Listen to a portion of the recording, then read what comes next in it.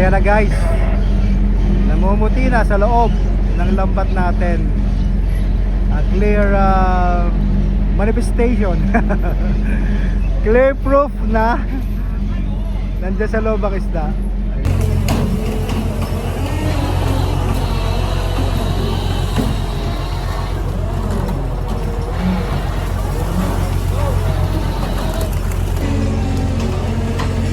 Nasa 20 days na kami ngayon guys sa laot. Mula nung kami ay galing sa port. At so far may nahuli na rin kami. Mga nasa 500 tons na mahigit. Good morning guys. Magandang umaga sa inyong lahat. Ayan. Ngayon ay umarya kami ng silong. Alas 6:20 na ngayon. Umarya kami mga alas 6:10 na. Sumilong pa yung isda. Paliwanag na kanina ay sumilong pa yung isda guys, at maraming dilis kanina, kaya so thankful dahil nakarya tayo ng napakaaga. At yun, kung makikita nyo dyan sa loob ng ating lambat, yan, nangingitim na yan. Yan, nandyan yung silong, may pumipisik-pisik yan. Yan, isda na yan guys. At ito ay nailawan ng ating kasamahan na si Boy Bulitas. Yan, nakailaw siya dyan ngayon. Yung kanyang escape. So, lumapit yung blessing sa amin umaga na. Kaya nagawa pa rin ng paraan. Umabot pa rin sa pag-arya namin guys. Ayan. Natapatan lang ito guys dito. Wala kami silong kagabi, pero talagang mga alas 6 na siya lumapit dito, kaya nakabitaw pa rin kami, naka-area pa rin kami. Ayan.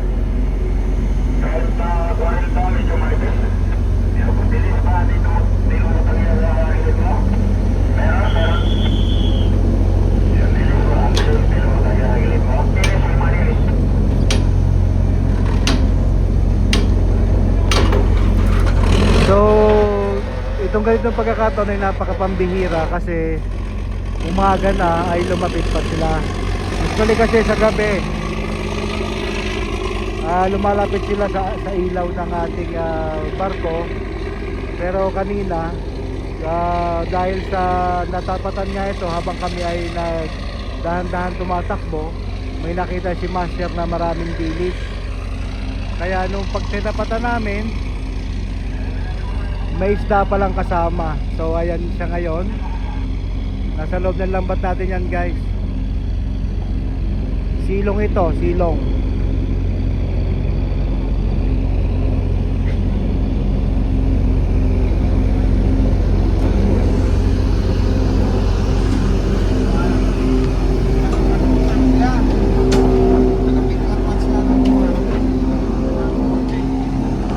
Yan, nagbibira na ng kable, mga 2 oras to bago mayakyat ang ating lambat. Kumakawa na sa loob.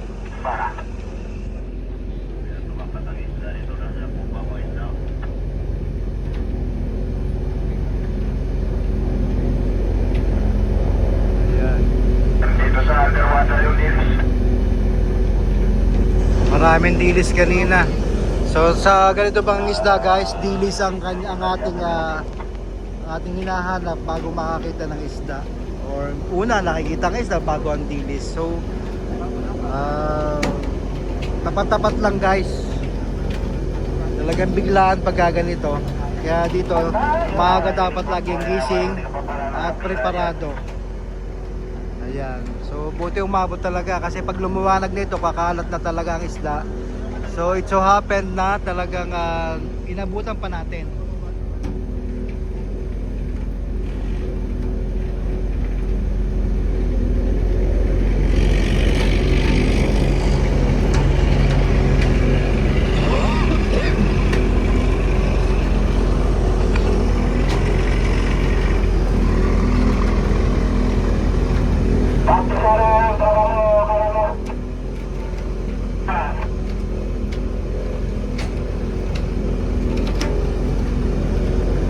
Tabayan natin mamaya guys sa pagsasalok. Hindi ko na nakuha ng kanina yung actual na pag-area dahil medyo hazy. So ito tamang-tama lang na bibira sila ng kable. Ayan, kuha pa tayo ng magandang shots.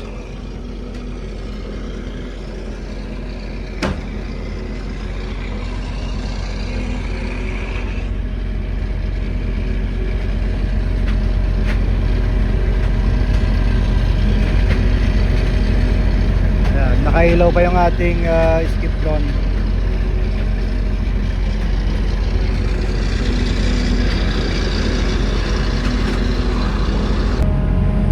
Lapad yan guys, yung nangingitim na yan, puro isda yan nandyan guys. Yan. Nandyan pa yung ating skip lawagan na nag-ilaw. Nagkagulatan, nagkabiglaan guys biglang lumutang yung isda sa gilid namin. So medyo maliwanag na talaga kanina. Ayan. Pag sinuswerte ka talaga, lumalapit na sa yung grasya. Ayan. Shoutout daw kay Bulitas kasi snappy umabot pa kahit na pa-confuse siya kanina, nalimpungatan, ginising nagulat. Yung ba namang alas 6 na biglang magpapailaw pa siya. So nagulat talaga si Bulitas. Kaya yan naman ang resulta. Maganda naman nasa loob ng lambat natin. Sana makuha ito lahat. Ayan guys. Shoutout sa dalawang burunggoy dito. Ayan. O yan, diba? Good morning talaga guys. Napakasarap ng gising. Habang nagkakape ka, ay may isda na sa loob ng lambat mo. Ayan. Ganito ang laban dito guys sa fishing. Hindi mo alam kung kailan darating yung grasya. Kaya malaki pasalamat kami. Dahil ang silong guys, tumatapat ito sa ilaw natin. So tumakbo kami mga ilang milya. May natapatan kami kanina na mga grupo ng dilis, may kasama palang isda. So nung natapatan, maya maya nagpiti ka na, naglutang na yung isda. Kaya tamang-tama pa rin sa silong ang aming aryada. Ayan. Maliwanag na. Pagka maliwanag na kasi guys, ay kumakalat ng isda. Hindi na siya tumatapat directly dun sa ilaw ng ating skip lawagan o ng ilaw ng barko. Kumakalat na yan, naghanap na ng pagkain. So natapatan lang talaga kanina. Kaya napaka-thankful kami sa umagang ito guys. Ayan guys, tuloy pa rin ang paghahagis nila ng sinner dye dito. Yung kulay green na yan, para hindi lumapit ang isda dito. Kasi maliwanag na nga, kitang-kita nila yung butas ng lambat or hindi pa zipper lambat natin. Kaya ginagamitan pa nila ng sinner dye para hindi sumugod dito. Kasi dito sa part na to guys, buka pa yung lambat, hindi pa nakasiper yan. Kaya dito lang yung possibility na pwede pang tumakas yung isda. Kasi malalim na yung lambat, nailadlad na yan, palalim. Ayan, nandiyan ang isda sa ilalim, sa loob, ayan. Lumalapit dito, kaya dapat tuloy-tuloy ang paghahagis ng sinner dye. Ayan, kulay orange yan, pero pagka hagis yan sa, ayun, nagkukulay green siya. Ayan. Ayan, pumawa na talaga. Thank you Lord. Nasa loob ng lambat natin yan. Halo ng skipjack, yellowfin, tsaka tuna. Ayan. Kaya sila ay tuloy-tuloy paghahagis sa sinner dye para wag talaga sumugod dito. Dahil dito lang pinaka-critical place or critical na lokasyon na pwede pa silang makatakas. Pero medyo makipot-kipot na itong ating kable, kaya medyo malalim na talaga yan. Malalim na, hindi na sila basta makakasisid dyan. Ang kailangan lang talaga maprotektahan itong side na to para hindi na sila talaga makatakas. Ayan. Yan po ay nabanggit ko na rin sa mga previous vlogs natin. Para lang po sa mga bago nating subscriber ngayon, ay talagang iniulit-ulit natin yan para naman sa kaalaman nila na ganito ang pangingisda natin sa Pacific Ocean. Ito nyo, namumuti isda yan guys. Malapad talaga yan. Sa ngayon hindi pa natin ma-estimate kung ilan ang huli na yan kasi nasa malayo pa at saka hindi pa talaga sinasalok at saka wala pang estimate si master. So malalaman natin yan mamaya. Kaya stay tuned, oh. Kitang-kita yung mga yellowfin nagtatalunan dyan. Saka yung gulyasan or skipjack na tinatawag. So napakagandang umaga guys sa inyong lahat, at sana safe kayo dyan. Keep safe everyone. Saan man kayong panig ng mundo guys. Ayan, maaga kaming naka-area. So silong ito. Pag sinabing silong guys, ito yung tumatapat sa barko, sa ilaw ng barko, sa palibot na nasasakop ng ilaw ng barko. So pag inaryahan yan, ang tanging mag-iilaw na lang ay itong ating, ayan, nakailaw pa rin siya dyan. Yan, ang ating skip boat.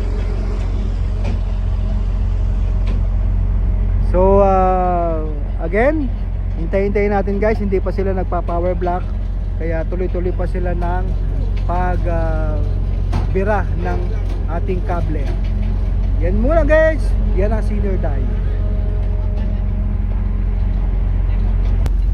Ayan guys, yung binibirang snap ring, yan yung nagpapalalim ng ating lambat.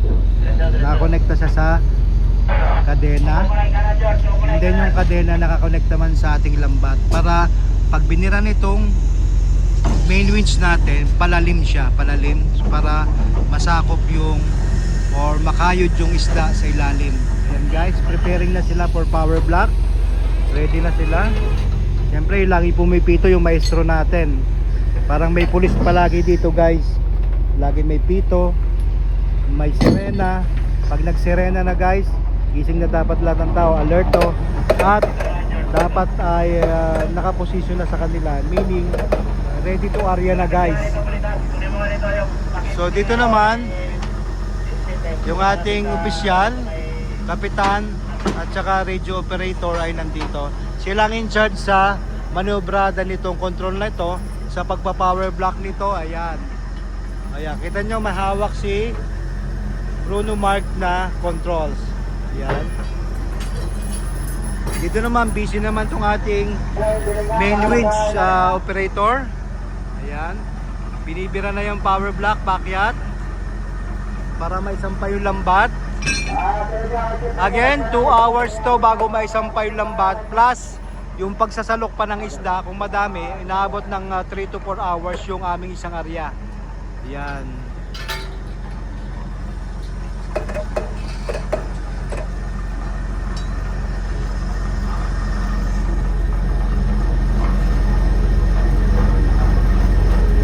Tingin ko magiging mahaba yung vlog natin ngayon guys, kasi maganda to, nasa loob natin lambat, maraming sasalukin. Kaya stay tuned mga kasimahang isda. Huwag bibitiw mga kasimahang isda. Shoutout sa almost 80,000 followers na natin or subscribers natin sa YouTube channel natin. Sa Facebook naman guys, nasa 952,000 followers na tayo. Malapit na mag 1 milyon. Kaya naman follow na rin kayo sa aking Facebook page, Nilo Arañez lang po.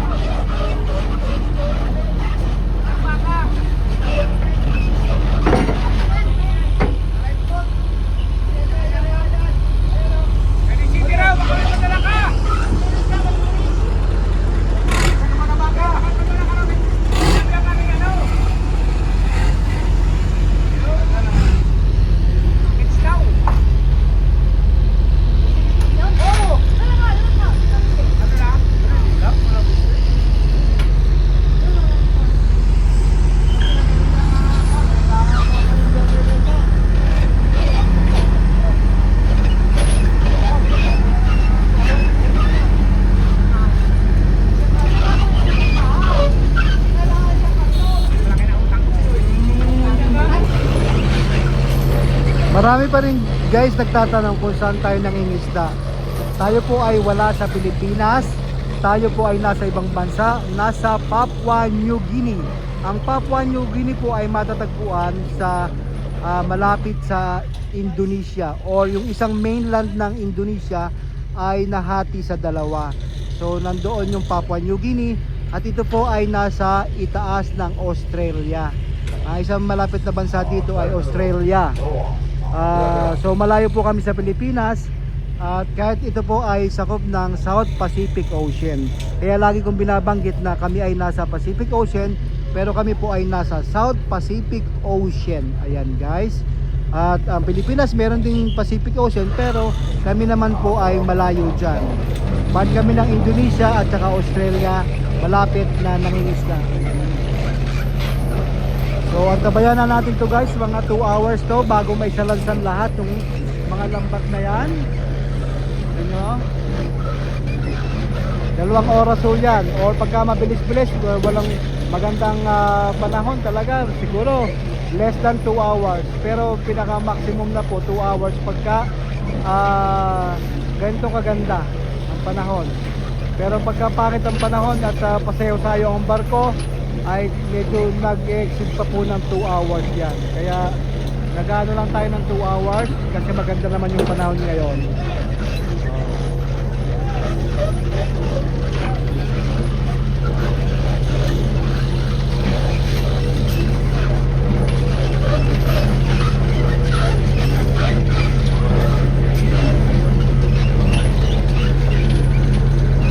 Ayan, pasayaw-sayaw na yung ating mga oiler, electrician. Ayan, wow, talagang ginagalingan. Masaya kasi guys, kasi unexpected, may blessing na naman tayo.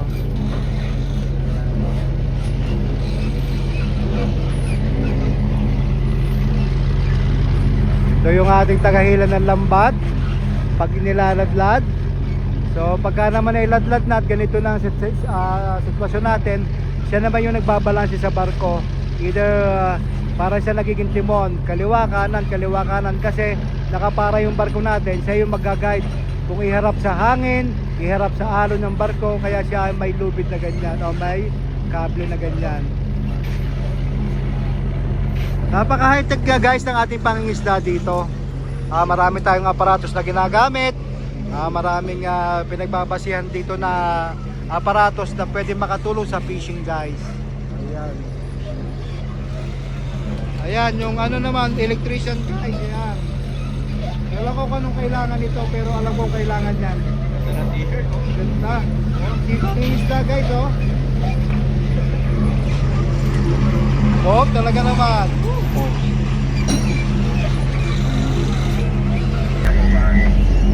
Ayan na guys, namumuti na sa loob ng lambat natin. Clear manifestation. Clear proof na nandiyan sa loob ang isda. Ayan. Mahaba-haba pa yan. Mahaba-haba pang laban. Pero yung isda nandyan lang.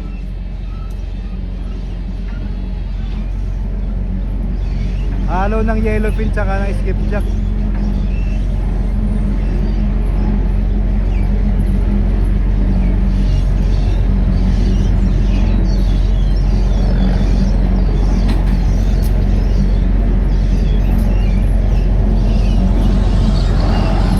Thank you Lord, thank you.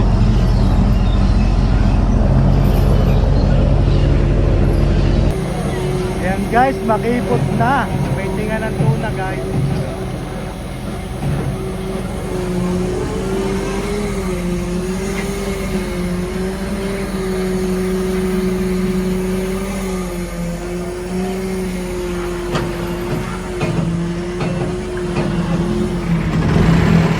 Arya balon!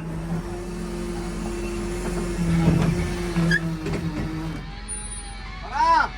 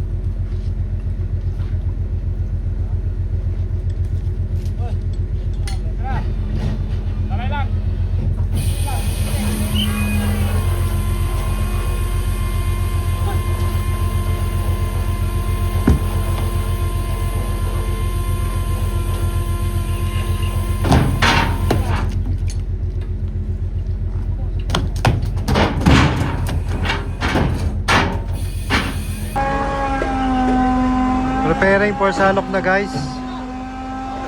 Ayan. Kinakasan na yung pansalok natin. So guys, yung salok natin, oh, ang laki-laki ng salok natin.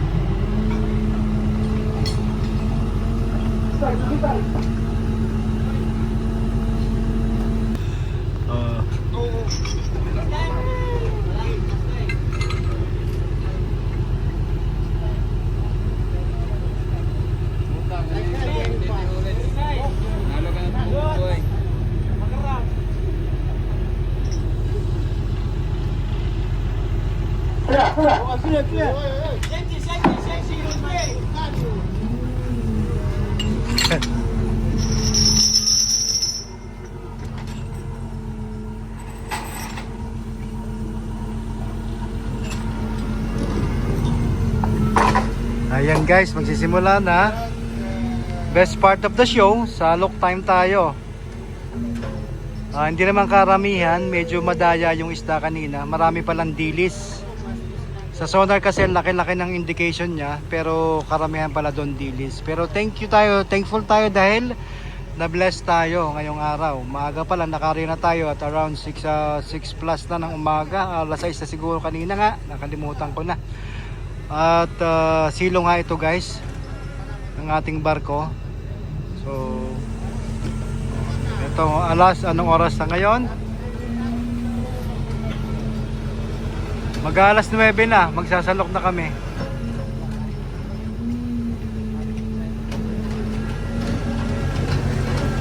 Ayan, halo ng skipjack, yellowfin, tsaka tuna.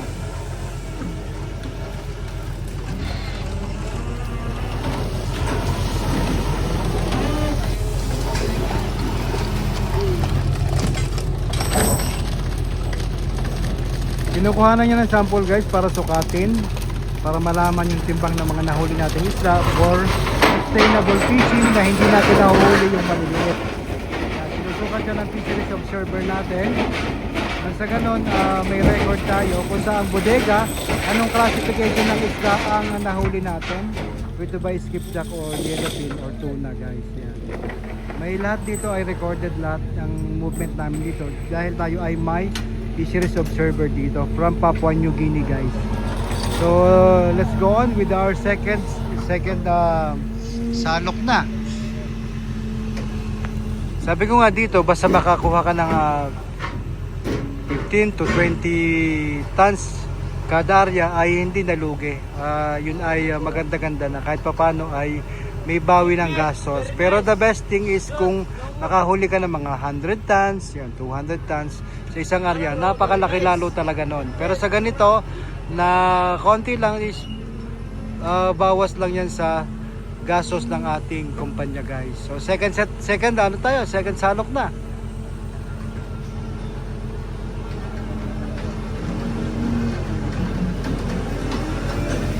Maganda yung quality ng isda guys. May yellowfin, may tuna eh.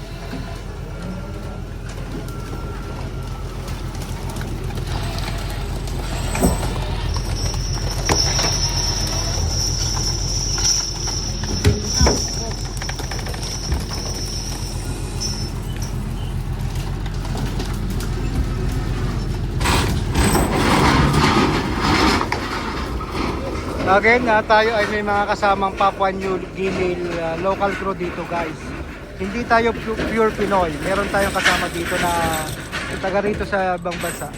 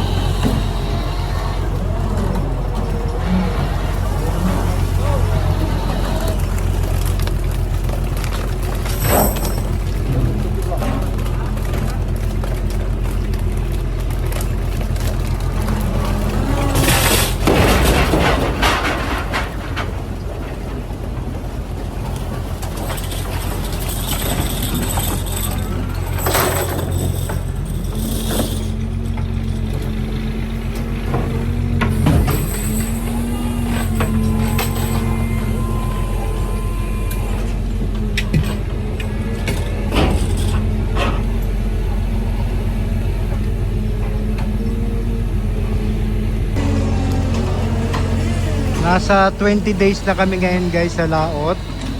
Mula nung kami ay galing sa port. At so far may nahuli na rin naman kami. Mga nasa 500 tons na mahigit. Hindi pa kasama ito guys ha.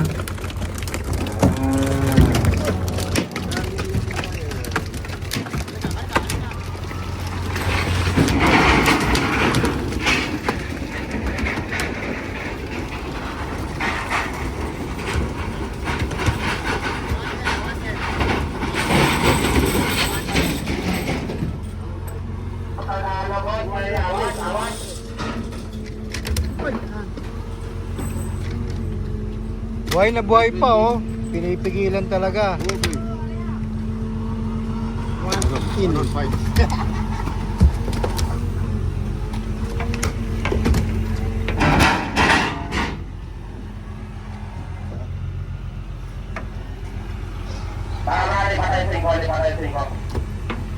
Yun, naglipat na tayo ng bodega. Napuno na isang bodega natin guys. Dati nang may laman yon, dinagdagan lang. So lipat tayo ng bodega para naman malagyan yung mga basyo pa natin na bodega guys. Nakalipat na yung bodega natin. Lalagyan na ulit.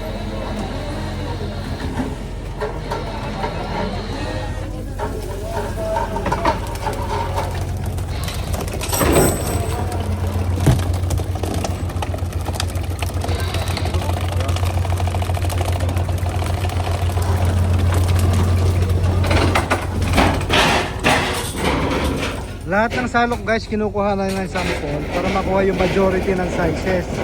Pag nakuha yung size niya, alam na yung timbang guys. May corresponding size yan tsaka weight guys. Kaya pag nakuha yung sukat na yan, alam na kung anong timbang ng ating isda. So alam ko saan bodega nilagay, anong classification, kung skipjack or tuna or yellowfin. So ganun guys kung bakit sinusukatan yan.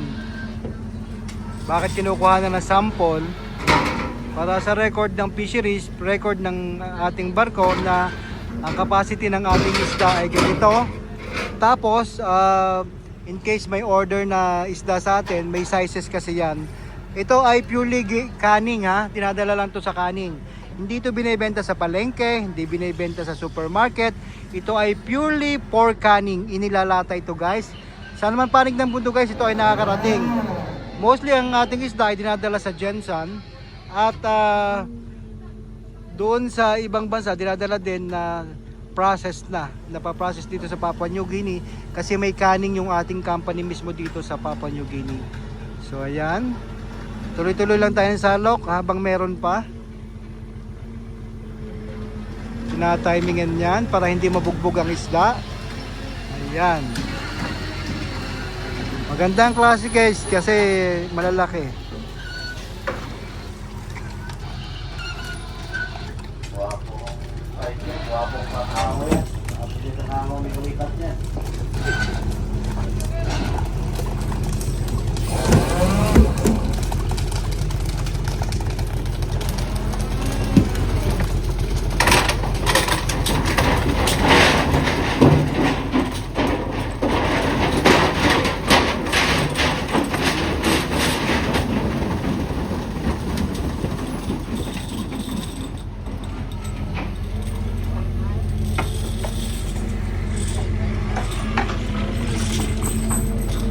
Ayan, nandiyan yung ating fishing master, naka-yellow ng sando, may hawak na radio. Ang ating winchman, nagsasalog, at ang ating kapitan, nandiyan din.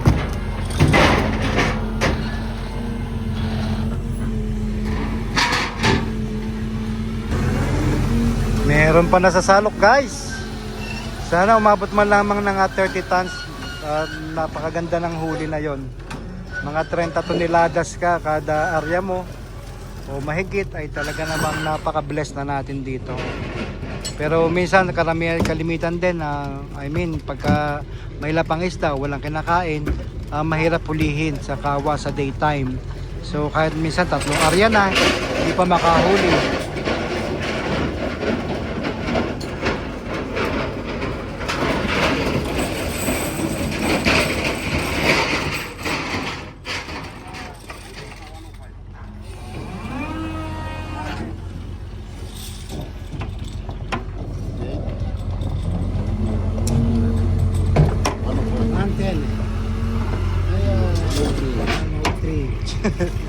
Wrong guess.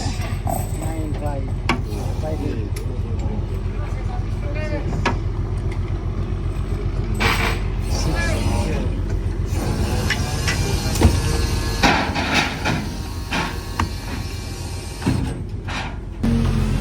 Yan, kukunti na. Malapit na matapos guys. Malaman natin na sa final tally ng ating chickmate kung ganong karami ito. Kung gaano ang estimate nila. Dito puro estimation lang naman guys, wala namang actual na sukat dito. Depende yan sa laman ng ating salok. Ang laman ng isang salok na yan guys ay 180 tubs, 100 to 280 tubs or abutin ng mahigit 5 tonelada pagka punong-puno. Pero depende yan sa size ng isda guys. Kaya magugulat kayo bakit ganun kadami parang kukonti. Malaki yung salok natin guys, kaya lumalaman yan ng up to 5 tons pagka siksik at saka maganda yung size ng isda. Ayan. So ito mga ilang ilang bira na lang to. Kukonti na yung nasa ilalim ng lambat natin.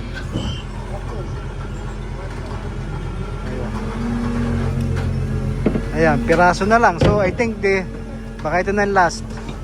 Mano-mano na lang lahat yan. Mano-mano na lang lahat.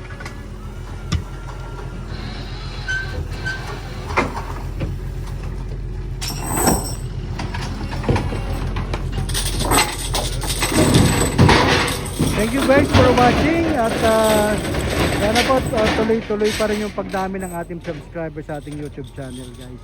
So hindi ko na na-check dahil nasa laot ako. Hindi ko na alam yung pinaka total ngayon ng aking subscriber sa YouTube. Kaya naman pagtabi natin, saka natin ipopost ito para may mapanood kayo guys. So nasa laot kami, wala kaming signal, wala kaming data, at wala kaming internet na para sa pang YouTube tsaka sa Facebook. Kaya yan guys, good morning. Thank you Lord for the blessing. Keep safe everyone and God bless. Talaga namang na-bless tayo dito. At sana patuloy-tuloy na mapuno na kami guys. Ayan. Para mapuno na kami, makatabi na kami, punta na kami ng port para mag-deliver ng isda. So ayan, that's it. Yan ang silong natin. Simang isda.